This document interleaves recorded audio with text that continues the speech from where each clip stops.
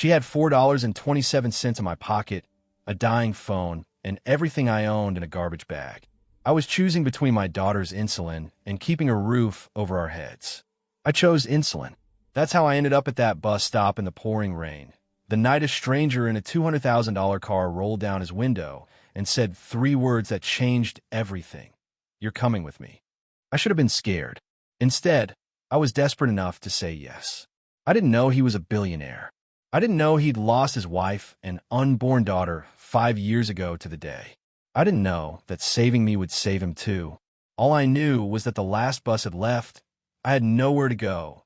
And sometimes you have to trust a stranger to become who you're meant to be. If you believe in kindness, second chances, and unseen connections that change lives, please like this video, comment your thoughts, and where you're watching from, share it with someone who needs it to stay motivated, and subscribe to our channel, Kindness Arena. Your support keeps these powerful, true stories alive. But if you hard-hearted and wicked don't like or subscribe, are you hard-hearted? The rain came down in sheets, turning the city streets into rivers of neon reflections. Alex Mahone sat in the back of his Mercedes S-Class, scrolling through emails on his phone as his driver navigated the late-night traffic. At 38, Alex had built Mahone Technologies from a garage startup into a billion-dollar empire. But tonight, success felt hollow. His assistant had reminded him earlier that it was the anniversary. 5 years since the accident. 5 years since he'd lost Sarah and their unborn daughter to a drunk driver. 5 years of throwing himself into work, of building empires to avoid building a life. Mr. Mahone, his driver James, spoke up. "There's a woman at the bus stop ahead. She's been standing there for over 20 minutes. In this weather." Alex looked up from his phone.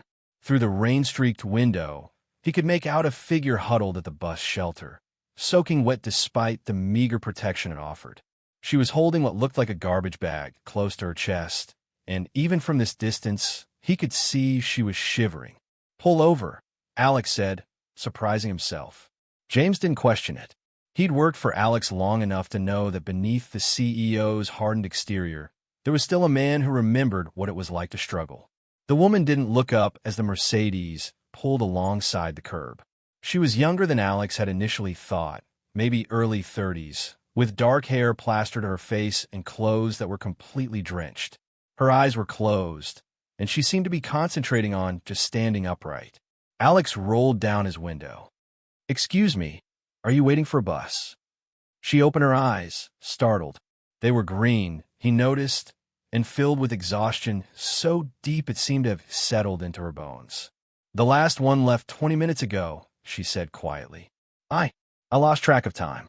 Where are you heading?" She laughed, but there was no humor in it. "Honestly, I don't know anymore." Something in her voice, in the defeat that underscored every word, made Alex open the car door. "You're coming with me," he said. It wasn't a question or a suggestion. It was a statement, delivered with the same certainty he used in boardrooms. The woman took a step back, clutching her garbage bag tighter. "I don't think that's a good idea." "Look," Alex said, softening his tone. I'm just offering you a ride. You're soaked, it's nearly midnight, and the buses have stopped running. Where's the harm in getting out of the rain?" She studied his face for a long moment, and Alex found himself wondering what she saw. Did she see the CEO, the businessman, the man who had everything? Or did she see what he saw in the mirror every morning? Someone going through the motions of living without really being alive? "My name is Alex Mahone," he said. "That's James, my driver. We can drop you anywhere you need to go. No strings, no expectations. Just basic human decency." "I don't need charity," she said, but her voice wavered. "It's not charity. It's a ride. There's a difference." She looked down at the garbage bag in her arms, then back at the empty street.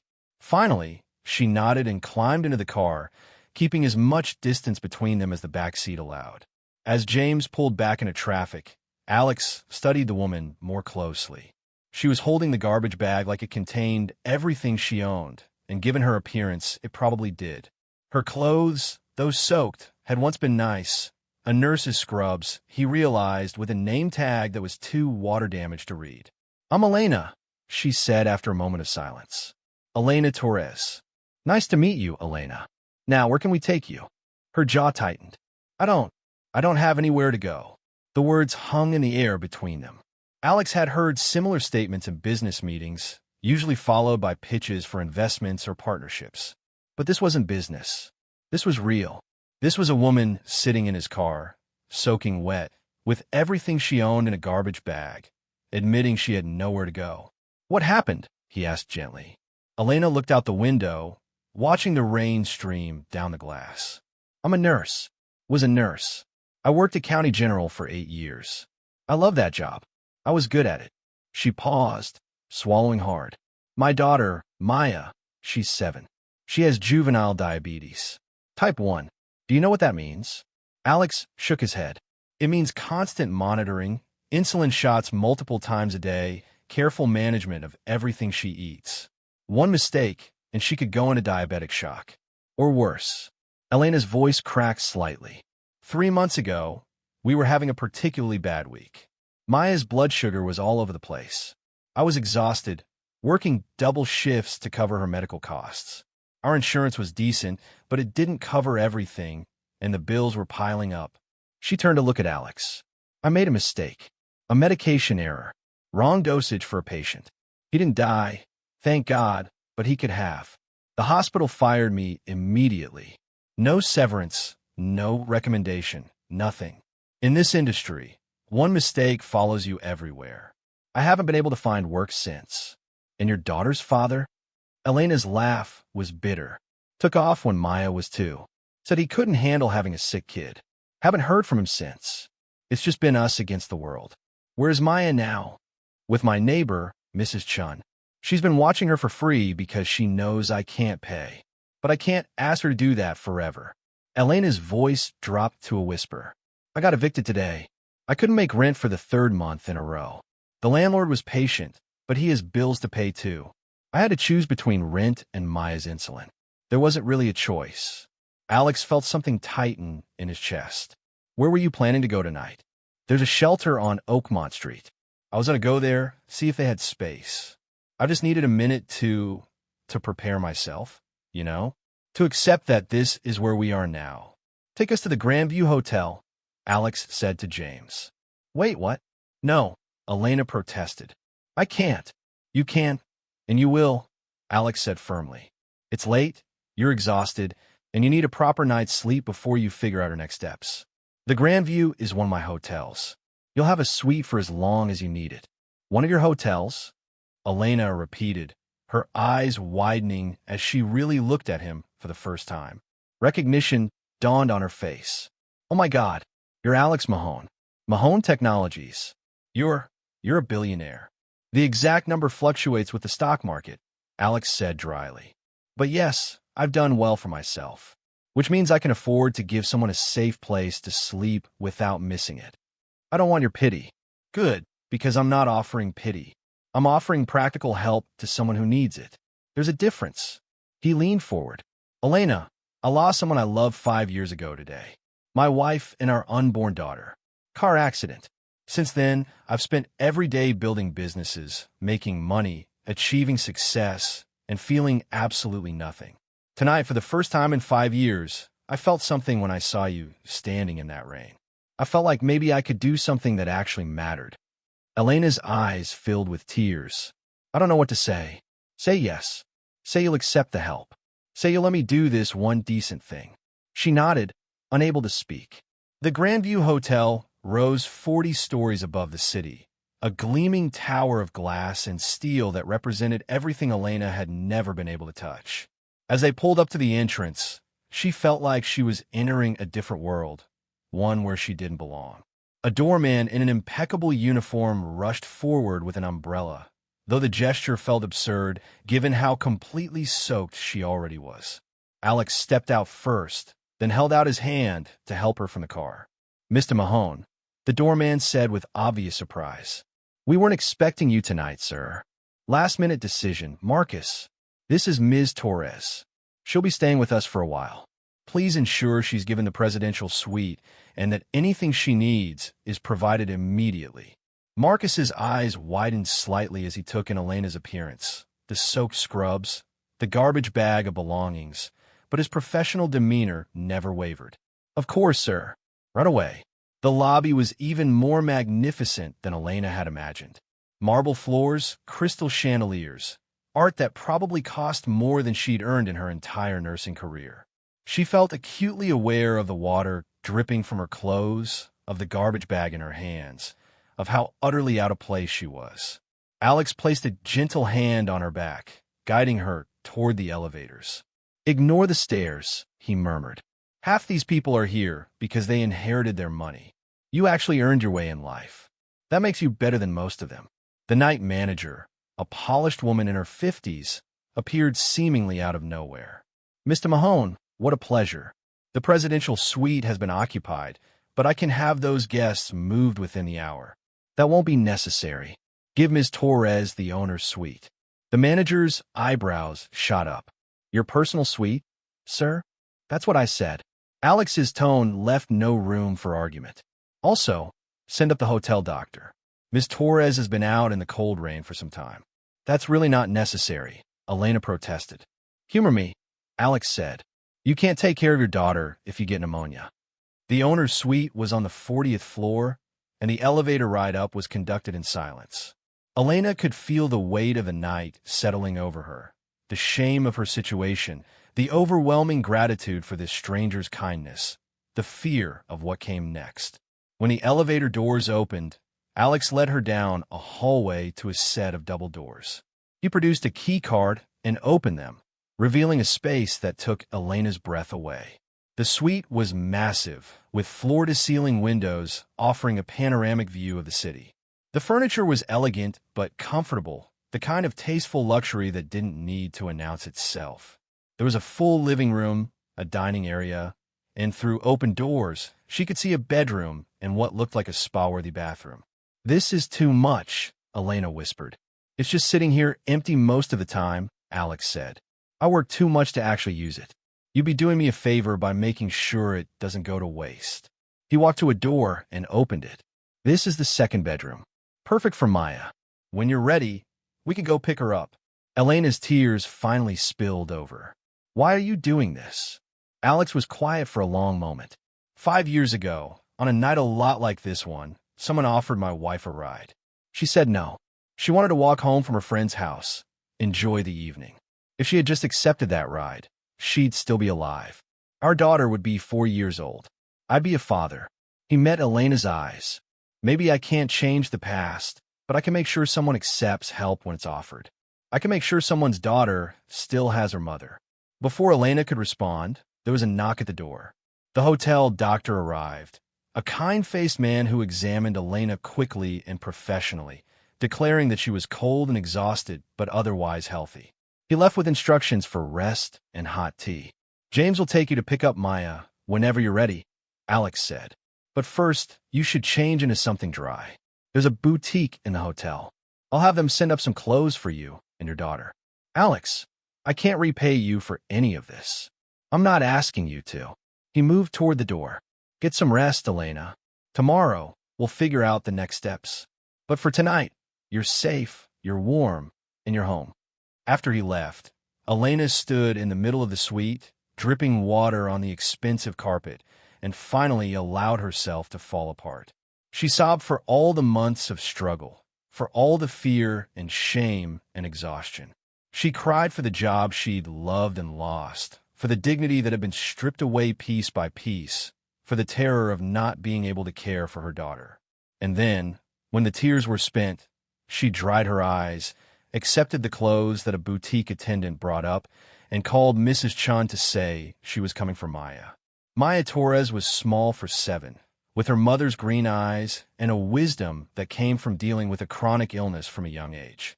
When Elena arrived at Mrs. Chin's apartment, Maya was already awake, sitting at the kitchen table with her testing kit beside her. "Mama!" she cried, rushing into Elena's arms. "Hi, baby," Elena whispered, holding her daughter tight. "I'm so sorry I'm late. Mrs. Chun said you were finding us a new place to live." Maya pulled back, studying her mother's face with concern. "Are you okay? You look different." Elena laughed softly. "I'm okay, and yes, we have a new place. A really, really nice place. Mrs. Chun, a tiny Chinese woman in her 70s, smiled knowingly. I prayed for you tonight, Elena. I asked the heavens to send you help. Your prayers were answered, Elena said. I met someone who is very kind. As they rode back to the Grandview in the Mercedes with Maya's eyes growing wider with each passing block, Elena tried to explain what had happened. But how could you explain to a 7-year-old that a billionaire had plucked them from the street and given them a palace? Is he like a fairy godfather? Maya asked as they stepped into the hotel lobby. Something like that. Elena agreed, seeing their situation through her daughter's eyes for the first time. Maybe this was a fairy tale. Maybe sometimes miracles actually happened. The suite felt even more surreal with Maya in it. Her daughter ran from room to room, squealing with delight at the big TV, the huge bathroom, the view of the city spread out below them like a carpet of stars. Mama, is this real? Maya asked, pressing her hands against the windows. It's real, baby. Can we really stay here? For a while, yes. How long is a while? Elena knelt down to her daughter's level. I don't know, Maya, but for tonight and tomorrow, and as long as we're allowed, we're going to be grateful for this gift, and we're going to use this time to figure out our next steps. Okay. Maya hugged her mother tightly. I'm glad we're not going to the shelter. Me too, sweetheart. Me too. They tested Maya's blood sugar, a little high, but manageable, and got her ready for bed. As Elena tucked her daughter into the luxurious second bedroom, Maya grabbed her hand. Mama, I was scared tonight. I heard you crying before you left. Elena's heart broke. I'm sorry, baby. I didn't mean for you to hear that. It's okay. Grown-ups cry too. Mrs. Chin told me. She said crying means you're brave enough to feel things. Maya's small fingers squeezed her mother's hand. Are we going to be okay? Yes, Elena said, and for the first time in months, she almost believed it. Yes, we're going to be okay. After Maya fell asleep, Elena sat in the living room, wrapped in a hotel robe, staring out at the city. Her phone buzzed, Mrs. Chun, checking that they'd arrived safely. Then another message, this one from an unknown number. I hope you and Maya are settling in. If you need anything at all, call the concierge. They have instructions to provide whatever you require. Sleep well. Alex. Elena held the phone for a long moment, then typed back. Thank you doesn't seem like enough. But thank you from the bottom of my heart. The response came almost immediately. It's enough. More than enough. Elena woke to sunlight streaming through the windows and the smell of coffee. For a moment, she was disoriented, unable to remember where she was. Then it all came flooding back, the rain, the bus stop, Alex Mahone, this impossible suite. She found Maya already awake, sitting on the couch in the living room with her diabetes kit beside her, watching cartoons on the enormous TV. A room service cart sat nearby, laden with breakfast, pancakes, eggs, bacon, fresh fruit, and orange juice. Mama, Maya said, not taking her eyes from the screen. A man brought food. He said it was from Mr. Mahone and that we should eat whatever we want. Elena checked Maya's blood sugar. Good numbers this morning, thank God, and helped her daughter with her insulin. Then they sat together and ate breakfast, both of them quiet, both of them trying to process this new reality. At 10 o'clock, there was a knock on the door.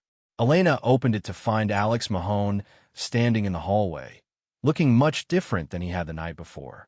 He wore jeans and a simple button-down shirt, his hair slightly disheveled, and he was holding 2 coffee cups. Good morning, he said. I brought coffee. I wasn't sure how you took it, so I brought cream and sugar on the side. He peered past her into the suite. Is Maya here? I'd love to meet her if that's okay. Elena stepped aside to let him in. Maya looked up from her cartoons, her eyes going wide.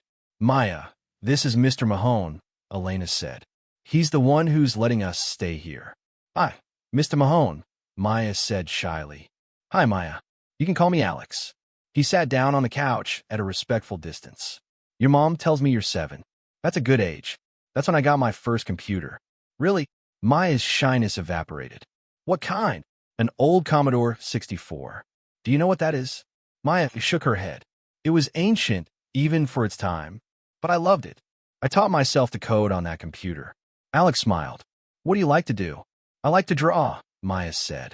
And I like science. My teacher says I ask good questions. Good questions are how you learn everything worth knowing. Alex glanced at Elena. Would it be okay if I talked to your mom for a bit? Maybe you could show me your drawings later? Maya nodded enthusiastically and returned to her cartoons. Alex gestured to the dining table, and Elena followed him there, settling into one of the chairs while he took the one across from her. How did you sleep? He asked. Better than I have in months, Elena admitted. The bed is... I didn't know beds could feel like that. Alex smiled. Custom-made. Probably obscenely expensive. I don't usually notice these things, but I'm glad you appreciated it. He grew serious. Elena, I want to talk about what happens next. I want to help, but I want to do it in a way that respects your dignity and your independence. So I'm going to make some offers, and you can accept or reject any of them. No judgment either way. Okay, Elena said carefully. First, the suite. It's yours for as long as you need it. Weeks, months, whatever it takes for you to get back on your feet. No strings attached. Alex, that could cost. It doesn't cost me anything. The suite exists whether you're in it or not. Please, accept this. Elena nodded slowly. Okay, thank you. Second, your job situation. I can't give you your nursing license back. That's between you and the medical board. But I know people. I can make phone calls, put in good words, maybe help you find a position that will take a chance on you despite the mistake on your record. I don't want special treatment. I don't want someone hiring me just because a billionaire told them to. It wouldn't be like that. I'd simply be vouching for your character, giving you a second chance to prove yourself. The actual work, the actual performance, that would all be on you. He paused. But if that makes you uncomfortable, there's another option. Mahone Technologies has an on-site medical clinic. We employ nurses and doctors to take care of our staff. I could offer you a position there. You'd go through the same interview process as anyone else, but your past mistake wouldn't disqualify you from consideration. Elena felt tears prick her eyes again. Why would you do that? Because everyone deserves a second chance. Because one mistake shouldn't define an entire life. Because your daughter needs her mother to be able to provide for her. Alex leaned forward. Because 5 years ago, I learned that life is short and arbitrary and unfair. If I have the power to make it a little less unfair for someone else, I'm going to use it. What's the catch? Elena asked. There has to be a catch. No catch. No expectations. I'm not doing this to get something from you, Elena. I'm doing it because I can and because it's the right thing to do. He held her gaze. I know trust doesn't come easy, especially when you've been let down by people who should have had your back. But I'm asking you to take a leap of faith. Let me help.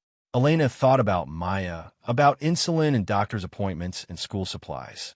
She thought about the fear that had been her constant companion for months, the terror of not being able to provide. She thought about pride and whether pride was worth her daughter's safety. Okay, she said quietly. Okay, I'll accept your help. All of it. Alex's smile was genuine and warm. Good. That's really good. He pulled out his phone. I'm going to give you my personal number. If you need anything, and I mean anything, you call me directly. Day or night. Got it. Elena took out her own phone, which was cracked and on its last legs. Alex noticed. Add that to the list, he said. New phone. You can't navigate modern life without a reliable one. Alex. Non-negotiable. I'll have my assistant set you up with something today. He stood up.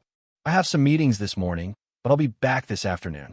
I thought maybe if Maya's up for it, we could go to the park or something. Let her be a kid for a while. You don't have to do that. I know, but I want to. He walked toward the door, then paused. Elena, I need you to understand something. I'm not doing this because I feel sorry for you. I'm doing this because I see someone who worked hard, who did her best, who made one mistake under impossible circumstances. I see someone who loves her daughter more than anything in the world. That's not someone who deserves to be punished. That's someone who deserves a fighting chance. After he left, Elena sat at the table for a long time, holding the coffee he'd brought, watching her daughter laugh at cartoons. For the first time in months, the future didn't look quite so terrifying.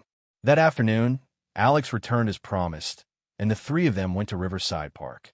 Maya was thrilled, clutching her mother's hand on one side and chattering excitedly about the ducks they might see.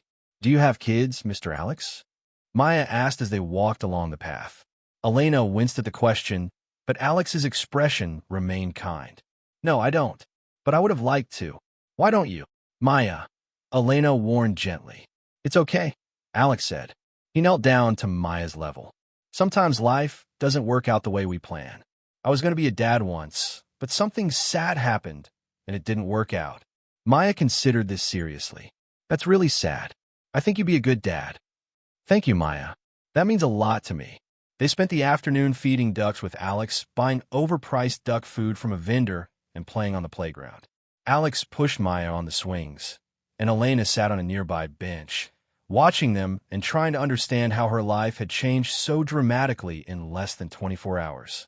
Higher, Maya shrieked with delight. Any higher, and you'll reach orbit, Alex called back, but he pushed a little harder anyway.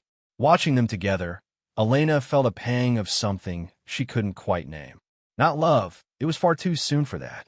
But maybe hope, maybe the possibility of something good. When Maya's blood sugar started to drop, she could always feel it coming. They took a break for a snack. Alex had brought juice boxes and crackers, which earned him another beaming smile from Maya. You came prepared, Elena observed. I did some research this morning, Alex admitted. Read up on juvenile diabetes, what to watch for, how to help.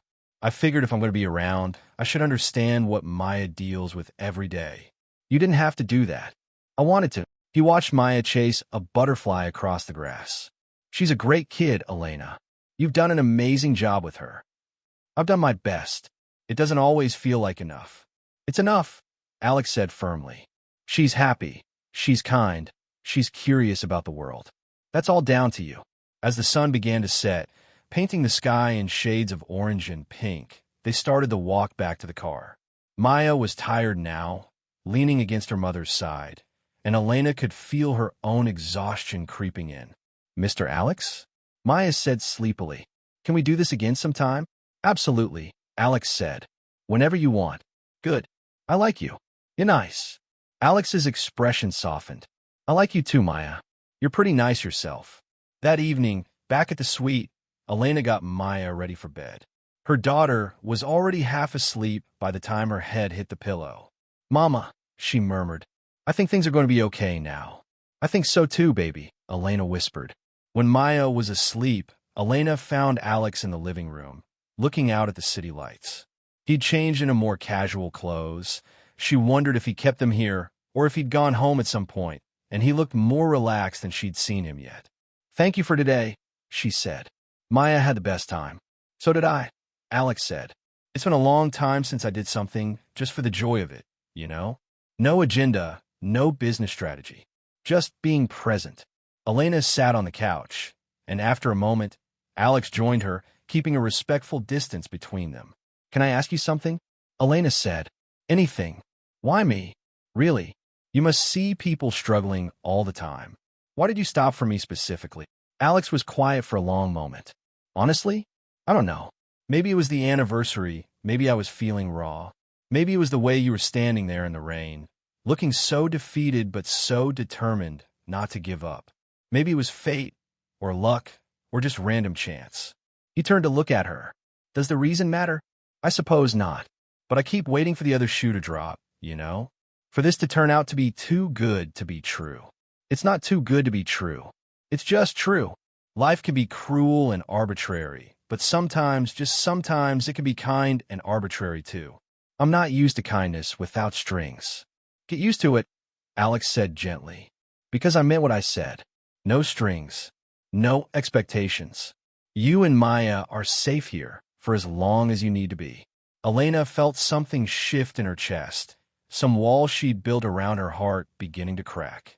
I don't know how to accept this, she admitted. I've been taking care of myself and Maya alone for so long.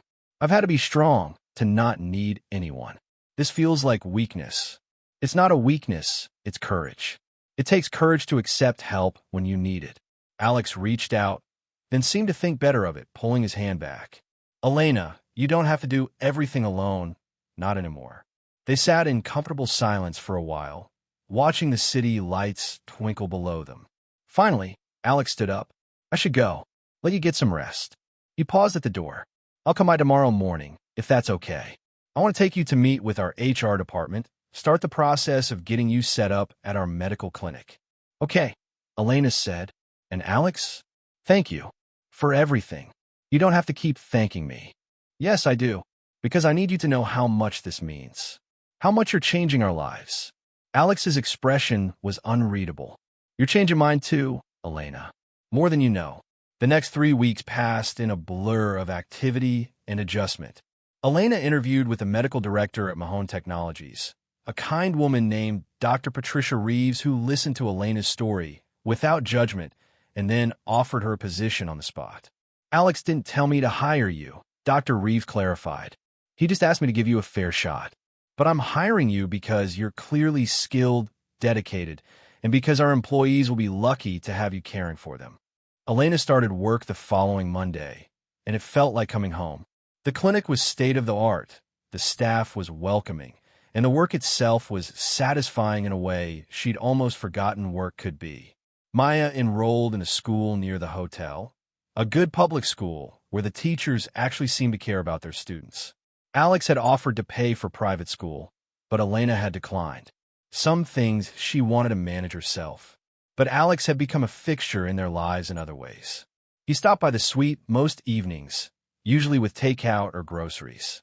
He helped Maya with her homework, patiently explaining math concepts that made Elena's head spin. He attended one of Maya's school plays, sitting in the audience next to Elena and applauding enthusiastically when Maya delivered her 3 lines as tree. Slowly, carefully, something was building between Elena and Alex. It wasn't anything they discussed or acknowledged. It was too fragile for that, but it was there in the way Alex's eyes would linger on her face, in the way Elena found herself looking forward to his visits, in the comfortable silence that had developed between them. Mrs. Chun visited one Saturday, bringing homemade dumplings and her blessing. She pulled Elena aside in the kitchen while Alex and Maya were engaged in an intense game of checkers in the living room. "He's a good man," Mrs. Chin said in her direct way. "Kind eyes. Sad but kind." "I know," Elena said. "You like him?" It wasn't a question. Elena smiled. "Yes, I do, but it's complicated. He's my benefactor. He saved us. How can I know what I'm really feeling when I'm so grateful to him?" Mrs. Chun snorted. "The heart knows what it knows, Elena. Don't overthink it. He saved you because he wanted to. You're grateful because you should be. But what do you feel when you look at him? That's something else. That's real." That evening, after Maya was in bed and Mrs. Chun had gone home, Elena and Alex sat on the balcony, looking out at the city. It was a warm night, and the sounds of the city drifted up to them, car horns, distant sirens, the hum of life continuing all around them. "I've been thinking," Alex said, "about buying a house." "That's nice," Elena said, confused by the sudden change in topic. "A real house, with a yard, maybe a dog, the whole suburban dream." He turned to look at her. "I've been living in hotels and penthouses for 5 years, Elena, since Sarah died. I told myself I was too busy for a real home, that I didn't need one. But the truth is, I was afraid. Afraid that if I had a home, I'd have to admit that I was living in it alone. And now," Elena asked softly, "now I think maybe I don't have to be alone." He reached out and took her hand, the first time he'd initiated physical contact beyond casual touches. "I know this is crazy. I know we barely know each other. I know that everything about this situation is strange and unconventional. But Elena, these past few weeks with you and Maya, I've been happier than I've been in 5 years. I feel like I've woken up from a long sleep." Elena's heart was racing. "Alex, I'm not asking for anything," he said quickly. "I just needed you to know, to understand that this isn't just charity for me anymore. It hasn't been for a while. You're not just someone I'm helping. You're someone I care about, someone I want in my life." "I care about you too," Elena admitted. "But I'm scared, Alex. I'm scared that this is all happening too fast. I'm scared that I'm confusing gratitude with something else. I'm scared that Maya is getting attached, and if this doesn't work out, it will break her heart." "Those are all valid fears," Alex said, "and I don't have easy answers for any of them. But I know what I feel, and I know that I haven't felt anything real in 5 years. And then you appeared at that bus stop, and suddenly I remembered what it felt like to be alive." Elena squeezed his hand. "Can we take this slow? Can we just see what happens, without pressure or expectations?" "We can take it as slow as you need," Alex said. "I'm not going anywhere. They sat together in the darkness, holding hands, both of them thinking about the strange paths that had led them to this moment. A tragedy 5 years ago. A medical mistake 3 months ago. A rainy night. A bus stop. A decision to stop and offer help. Life is weird, Elena said finally. Alex laughed. Yeah, it really is. 6 months later, on a bright Saturday in June, Elena stood in the driveway of a house in the suburbs, watching movers carry boxes inside. It was a beautiful house for bedrooms, a big backyard, a kitchen with windows that looked out onto a garden. It was everything she'd never thought she'd have. Alex came up behind her, slipping his arms around her waist. Having second thoughts? About moving out of a luxury hotel suite into a house with actual yard work? Never, Elena joked, leaning back against him. We're keeping the suite, Alex reminded her, for when we need to be in the city. But this felt like what we needed. A real home. Elena turned in his arms to face him. So you're officially moving in with us? If you'll have me, Alex smiled. I'd kind of buy the house for all of us. It would be weird if I didn't live here too. You bought the house, and you're letting me pay you back monthly like it's a mortgage, Elena corrected. Because my terrifyingly independent girlfriend won't accept it as a gift. You're right about that. She kissed him softly. But I love that you tried. Maya came running out of the house, followed by a golden retriever puppy that Alex had surprised them with last week. Mama, Mr. Alex, come see my room. It's huge, and it has a window seat. They followed her inside. The puppy, Maya had named her Grace, bouncing around their feet. The house was chaotic, full of boxes and furniture and possibility. But it was their chaos, their home. That evening, after Maya was in bed and the worst of the unpacking was done, Elena and Alex sat on the back porch, watching fireflies dance across the yard. Grace was asleep at their feet, snoring softly. Do you ever think about that night? Elena asked. The bus stop, the rain, how absolutely insane this all is. All the time, Alex said. I think about how close I came to just driving past you. How easy it would have been to tell James to keep going, to mind my own business. How different my life would be right now. Do you think things happen for a reason? Like fate or destiny or whatever? I don't know, Alex admitted. Maybe. Or maybe sometimes random chance works out in our favor. Maybe the universe occasionally decides to be kind instead of cruel. He took her hand. Either way, I'm grateful. For that rainy night. For your willingness to get in the car with a stranger. For Maya. For this house. For this life we're building together. I'm grateful too, Elena said. For you stopping. For you seeing me not as a charity case, but as a person. For you loving us both. She paused. You know what the ironic part is? That night at the bus stop, I was at my lowest point. I thought I'd lost everything. But really, I was about to find everything. We both were, Alex said. They sat in comfortable silence, watching the night settle over their yard, over their home. Inside, Maya slept peacefully, her blood sugar stable, her dreams full of the simple joys of childhood. Grace twitched in her sleep, chasing something in her puppy dreams. Elena and Alex sat together, two people who had found each other in the midst of a storm and decided to build something beautiful. The wedding was small, held in their backyard on a perfect September afternoon. Maya, now 10, served as maid of honor, standing proudly beside her mother in a dress she'd helped pick out. Mrs. Chin sat in the front row, dabbing at her eyes with a tissue. Dr. Reeves was there, along with the nursing staff from the clinic. Harold Chun and his wife. James, Alex's driver, who had become a family friend. As Elena walked down the makeshift aisle, there was no one to give her away, so she walked alone, head high. She thought about how far they'd all come. The bus stop felt like a lifetime ago, like something that had happened to different people. Alex stood waiting for her, looking nervous and happy in equal measure. When she reached him, he took her hands and whispered, "You came with me." "Best decision I ever made," she whispered back. The officiant began the ceremony, talking about love, partnership, and choosing each other every day. But Elena was only half listening. She was thinking about second chances, about how life could be cruel but also, sometimes, unexpectedly kind, about how one moment of compassion could change everything. "I do," she said when it was time. "I do," Alex echoed. And as they kissed, beginning this new chapter of their lives, Maya cheered and Grace barked and their friend applauded. It was a perfect moment, made more perfect by the imperfect journey that had brought them here. That night, after the guests had gone and Maya was asleep and Grace was curled up in her bed, Elena and Alex sat on their porch, their favorite spot, and looked up at the stars. "Mrs. Mahone," Alex said, testing out the name. "I'm keeping Torres professionally," Elena reminded him. "But yes, Mrs. Mahone in every other way. I love you, Elena Torres Mahone. I love you too, Alex Mahone." She leaned her head on his shoulder. "Thank you for stopping that night. Thank you for seeing me.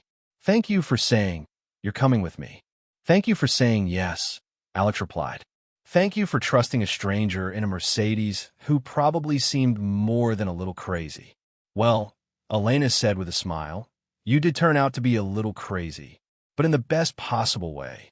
They laughed together, the sound carrying across their yard, across their home, across the life they'd built from a chance encounter on a rainy night when everything seemed lost, but something precious was about to be found.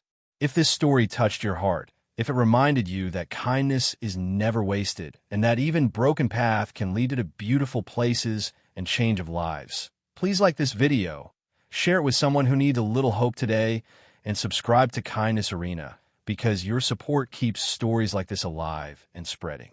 Tell us in the comment what you would have done differently if you were the CEO and saw her stranded. Or has a stranger's kindness ever changed your life in ways you didn't expect? We'd love to hear your story.